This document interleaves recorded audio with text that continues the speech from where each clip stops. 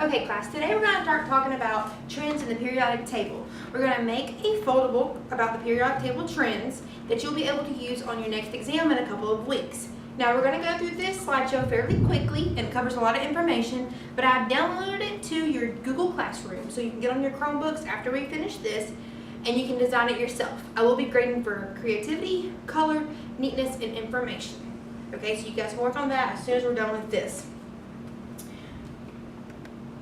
Alright, this covers SOL 2F for the chemistry. It talks about trends including atomic radii, electronegativity, shielding effect, and ionization energy. Now, I have given you all a blank sheet of paper, scissors, a copy of the periodic table, and glue. Okay, so if you'll get all that out, we're going to go ahead and start creating the foldable. You guys are going to fold it what you all call hamburger style, but do a very light crease in the middle. Open it up and you're going to take both of these and put them in half. So each side is going to meet right in the middle.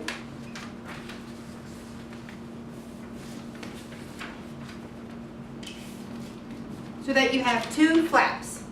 Take your scissors and make each of these flaps, cut them in half. And then on this far right side, you're going to cut each half into fourths.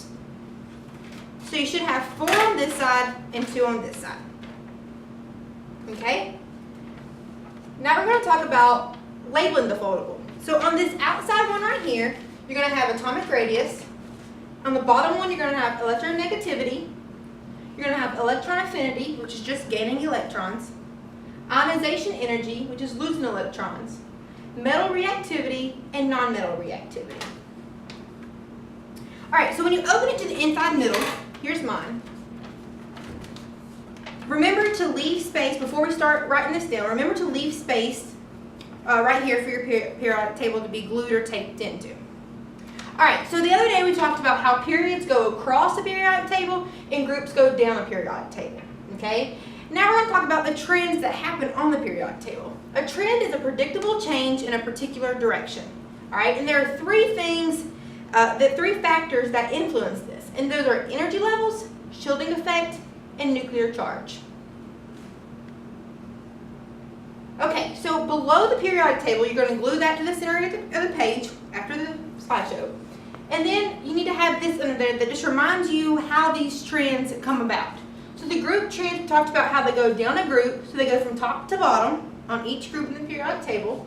And that's because increase of energy levels and the increase of electron shielding. We're going to talk about that in just a couple of minutes. And then period trends go across the period from left to right. And that's because there's an increase of nuclear charge due to the increase of protons. And the other day we talked about how the atomic number equals the number of protons. And the number of protons and the atomic number, we talked about how it increases with each element. And that's the number of protons. So it all increases and that's what causes a periodic trend. Alright, so group trend factors. You do not need this in your foldable. Energy levels, the more energy levels, the farther away from the pole of the nucleus. Electrons are not held as tightly with the increase of energy levels. We know that we have an atom, energy levels are orbiting around it, and if they're not tight, they're easier to pull away. Shielding is when electrons get blocked from the pull of the nucleus by electrons closer to the nucleus. Next, we have periodic trend factors. We talked about just now how the atomic number equals the number of protons, and we talked about how they move, how they increase as we move across the right and as we move down.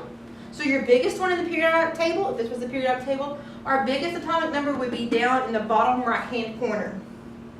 And as a proton is added, the nuclear charge increases.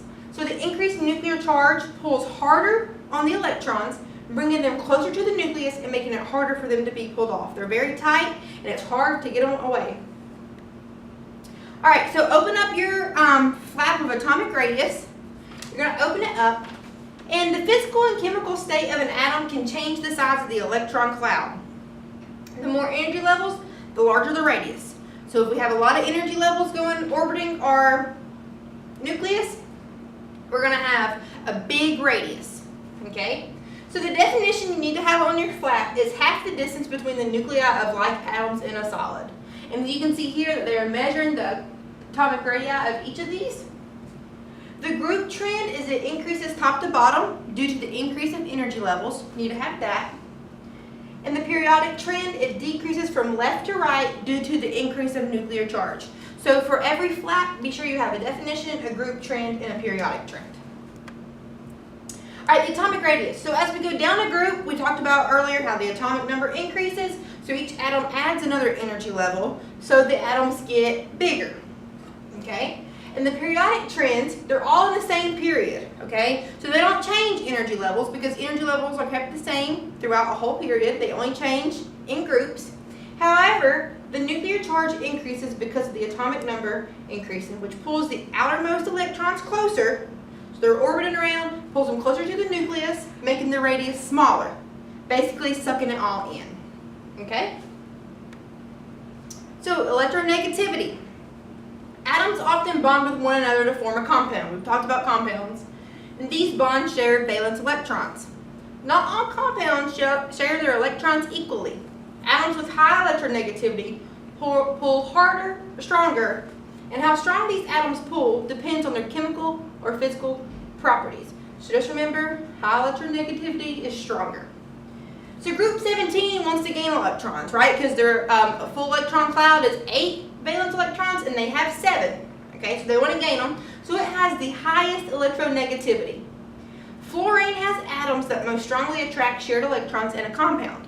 The electronegativity of fluorine is 4.0. Okay, so fluorine has the highest electronegativity, so everything else is calculated based on fluorine.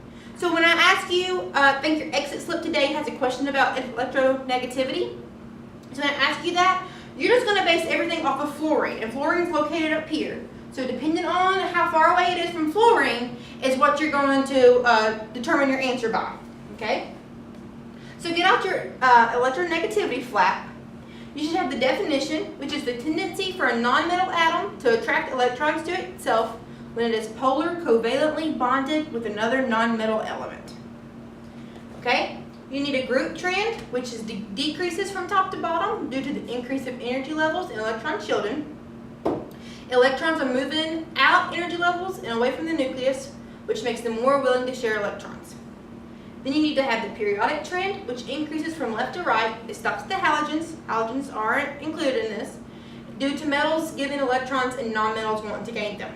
Remember that metals let their electrons go easily. They need to lose to become stable. Nonmetals want more electrons because they need to gain electrons to become more stable. And remember that metals are over here, nonmetals are over here on the periodic table. Over here is the highest electronegativity, which is fluorine, and it goes all the way down to phosphorus, which is the lowest. All right, next we have electron affinity, which is just the attraction to electrons. Your definition that you need to include on your flap is atoms' willingness to gain an electron and become an anion, which is negative charge. Remember, anions are negative, cations are positive. When a metal and nonmetal are held together with an ionic bond. So your group trend on this one is going to be it decreases from top to bottom due to electron shielding. And your periodic trend is going to increase from left to right due to nuclear charge, which we talked about is just the atomic number, which pulls electrons harder and closer to the nucleus. Now, the stronger the nuclear charge, the greater the electron's affinity. Okay? Groups 1 and 2 have low affinity because they want to give up those electrons. They only have 1 or 2 valence electrons. They want to give those up. Okay? That makes them stable. Group 7, we talked about a while ago that group 17, so group 7 and 17 are similar. They both want to gain 1, okay, to have a full octet. So group 7 has high affinity because they want electrons to stay stable. All right, your next flap is going to talk about ionization energy. The definition is the amount of energy needed supplied to completely remove an electron from a neutral atom in the gas state. Your group trend is going to be it decreases from top to bottom due to the increase in energy levels and electron shielded. And the periodic trend is going to increase from left to right due to the increase in nuclear charge. Now, ionization energy decreases as you move down the group because each element adds more energy levels. Each group in each period is another energy level. We'll talk about that. Electron shielding causes the outermost electron to be held less tightly to the nucleus, okay? And the ionization energy increases as you move across a period because elements on the left of the table want to lose their electrons. So it won't take much energy to pull those electrons away. They're just loose anyway. But on the right side, they're very tight, and it's going to take a lot to get those away from group 17, 16, so forth. Now, this is just a heads up. We'll talk about this later in class. There are levels to ionization energy, depending on what electron is being moved. For example, when you move the first electron, that's known as the first ionization level, and the first ionization energy, while the second electron would be the second ionization energy, or the second ionization level. Okay? So reactivity is the tendency of an element to enter a chemical reaction. You do not need to write this definition down because you're going to go over this and over this and over this a million times throughout the rest of the chemistry class. You just need to know that reactivity is the tendency of an element to enter a chemical reaction. But it's kind of common sense, so I feel like you'll get that. Alright, so we already talked about how we have metals and nonmetals making up our periodic table. So the metal reactivity, the trend moves down and to the left. So here's about the dividing line. So your reactivity is highest right here in this corner, and it increases, or it's lowest right here, I'm sorry. It's lowest right here, and it increases. So it's highest down here in this corner. Nonmetals are highest up in this corner with fluorine, and it decreases as it goes. So it's lowest down here, highest up here. Now the metal reactivity, the trend moves down and to the left. Okay, it increases with lower ionization energies, lower electronegativities, and larger atomic radii. Okay, so remember that the farther down and to the left you go, the easier it is for those electrons to be given or taken away, which makes it more stable, right? All right, and the nonmetal side, the trend moves up and to the right. So it increases with higher ionization energies, higher electronegativities, and smaller atomic radii. So remember that the farther right and up you go, the more those electrons are going to be taken away. Okay? Excuse me, they want to be kept. They want more. Because they just need one more to make the full octet. I'm sorry. So francium is the most reactive metal, and it's down here, while fluorine is the most reactive nonmetal, and it's up here. Alright, so we just need to review real fast. You should have a foldable that looks like this. You should have the atomic radius here, electronegativity here, electron affinity, ionization energy, metal reactivity, and non-metal reactivity. And when you open up, let me get this white so everybody can see. When you open up, you should have your periodic table, your group trends, periodic trends, just the characteristics. You should have the definition of trend, the factors that influence it. And then when you open it up, you have all your definitions and group trends and periodic trends on this side, and the same goes for over here. Okay? Now your exit slip. I need these to count for your daily grade. Before you leave, just make sure I have them before you exit the class when the bell rings. Number 1, rank the following atoms by decreasing, which is large to small, atomic radius. Okay? Open it up. It tells you atomic radius increases top to bottom and decreases from left to right. And your options are chlorine, sodium, and silicon. Alright, which of the following has the greatest electronegativity? Remember, it's sodium, francium, potassium. And remember, we judge everything based on fluorine in the top right corner. And number 3, which metal is more reactive, cerium or magnesium? And that will go under our metal reactivity. And remember that the trend moves down and to the left. Okay? Everybody got it? Alright, these are due to me by the end of class with your exit slips, and you have all the time you need to work on it and make it perfect, okay? Alright, get busy.